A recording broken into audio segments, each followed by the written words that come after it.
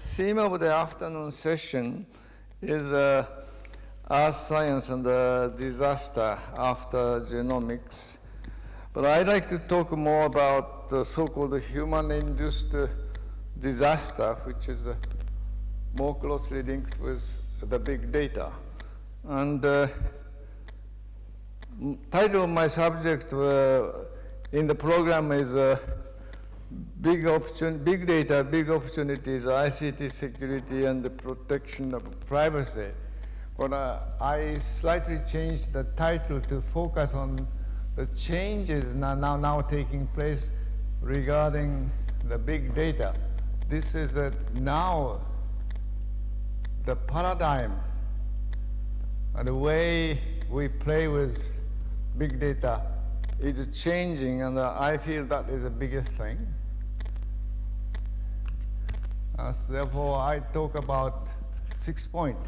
First, I'd like to introduce the STS Forum, for which I've been serving as an executive director until very recently, and now the special advisor to the president, and then how the ICT issues are discussed there, and then the lights and shadows of ICT, and ICT security and protection of privacy, and the big data and the artificial intelligence, IoT, and the fourth industrial revolution, and ICT literacy, digital divide, capacity building, and international regime. And I feel that they cover most of the important issues regarding the big data. I myself is not the expert in the ICT technology or science, nor the bioscience, but more the nuclear engineers. And Mr.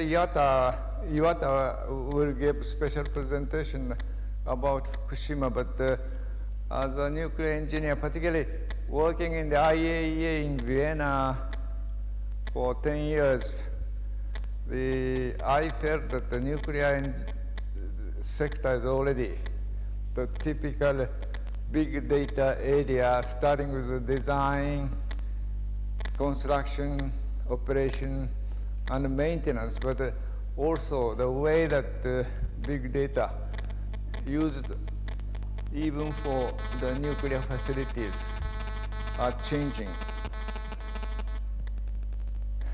First, the STS Forum. The STS Forum started 13 years ago, or the 14th. The last year's, this year's meeting was the 13th meeting, and based on the idea that the explosive progress of science and technology has both positive and negative impacts, we call this lights and shadows on our life and the society. And we discuss basically how we can strengthen lights and control shadows. And STS Forum takes a long-term view over 100 years, thereby seeking to foster sustainable society for generations to come. Yes? Hmm? Oh, yes. Maybe let me interacting.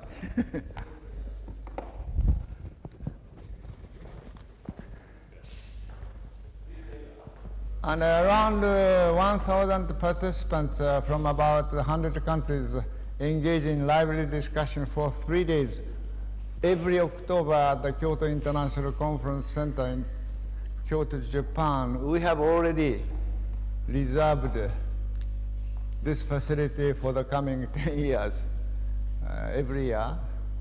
And in this, ICT has been addressed as an increasingly important and ubiquitous or omnipresent issues with a wide-ranging lights and shadows in Science, Technology and Society Forum since its first meeting in 2004. and saw lights and shadows about ICT. First lights, enormous opportunities. Maybe it's better here. And challenges for improving quality of our life and society worldwide through development and use of ICT and hyperconnectivity through ICT, both positive and negative, imposing more open innovation and more transparent process of social changes. This openness and transparency is a very important aspect of the big data as well as more omnipresent ICT and the internet linkage. And the shadow part or negative part, ICT as a digital weapons,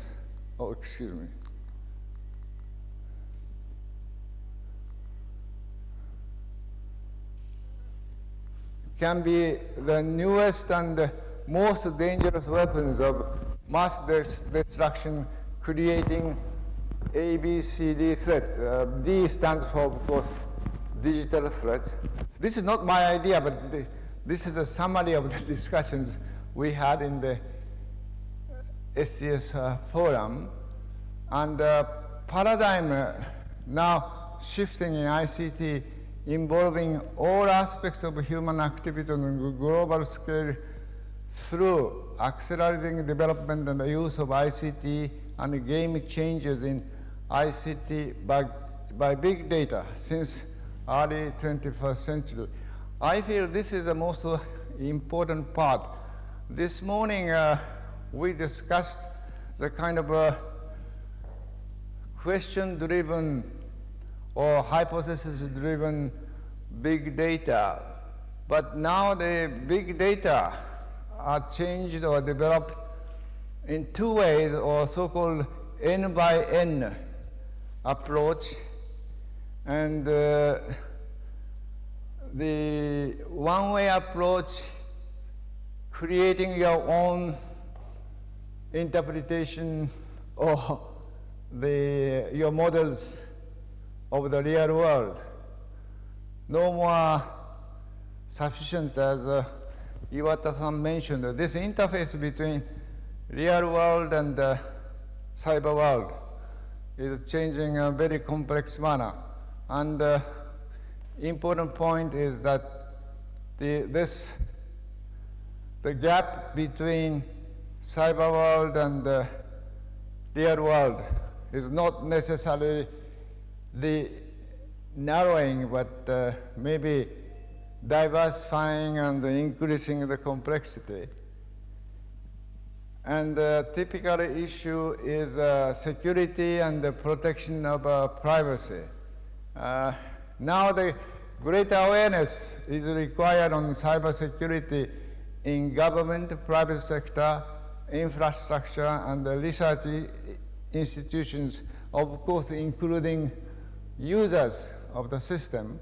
And when we speak about the cyber security, we normally mean so-called cyber crime and cyber espionage. Cyber crime is using the ICT for malevolent purposes, particularly for getting money in an illegal manner, while the cyber espionage is stealing information and data for various purposes. But more difficult is this cyber sabotage and cyber terrorism. We have some measures including the police and the intelligence to deal with cyber crime and the cyber espionage. But when it comes to the cyber sabotage and the cyber terrorism, against which effective way to handle, not yet being available anywhere in the world, and potentially developing into larger scale cyber wars when critical infrastructure and governments are involved. You can easily imagine the systems of an airplane or train and ship services, and which may create much more serious situation than the simultaneous terrorism taking place in Paris last week.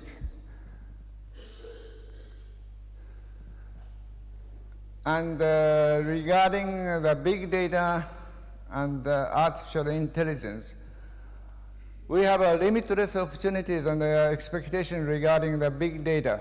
But in parallel, as a negative part, the major concerns over security of big data and IoT expanding every day in both government and industry in the cloud as the data and the users increases.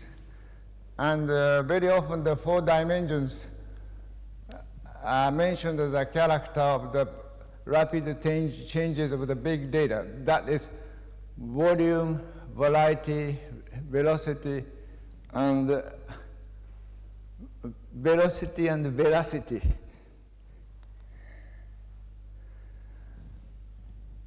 And concrete challenges for the big data is collection, processing of big data and its analysis management based on the artificial intelligence and IoT, and effective management and the integration of heterogeneity of big data, and relevance to decision making and problem solution, and improvement of sensors, processors, filtering, aggregation, and algorithm.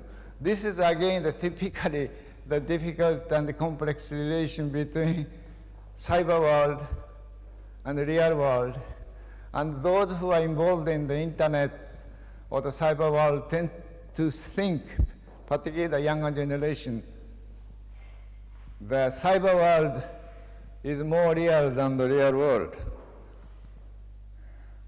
And it's very important that now the so-called IoT, the Internet of Things, now interconnecting the cyber physical world, this cyber world, physical world interface with more devices than the human population speaking to each other. Currently, the estimates of about 3 to 4 billion devices connected to each other, speaking each other, partly independent from the people who use them, but they also linked with people. And because of this artificial intelligence and the robotics, they have increasingly more autonomous movement, learning capacity, and independent behavior. And they are not only improving the quality of our life, but also exposing us to the vulnerability. By the way, this estimate of the 20 billion by 2020, now I think is adjusted or changed upward to 50 to 60 billion by 2020, based on so-called Moore's law. But as a real trend for this 60 billion means 10 times more than human population. So you can imagine now the devices 10 times more than human global population are interacting with each other, and human population is also involved in these interactions. And IoT combined with the big data, AI, Industry 4.0, and smart services is bringing about fundamental socio-cultural changes and the fourth industrial revolution. And I do not think that traditional thinking, past image, past understanding of this cyber world more focusing on the limited area and shared among the limited experts, now drastically changing, covering the whole population and the whole world. And in that sense, as we discussed briefly in the morning, we should develop new way of managing and controlling this cyberspace and big data for the benefit of the future of humankind.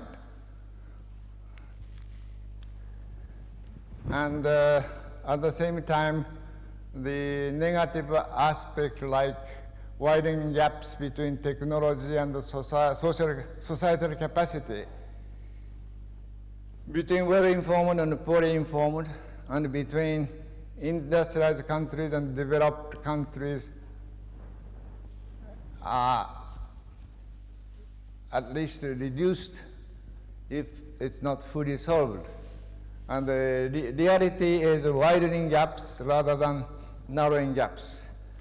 And for that purpose, at least some kind of international frameworks for security and capacity building and a worldwide regime for innovation or innovative development and use of ICT is now really required, but the discussion remains at the very early stages of such establishment.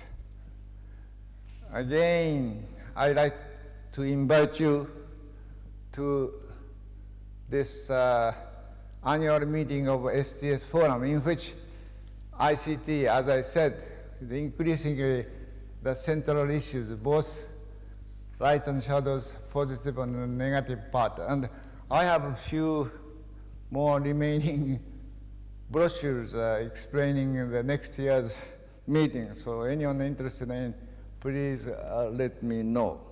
So that is the end of my presentation, and welcome any comments and questions.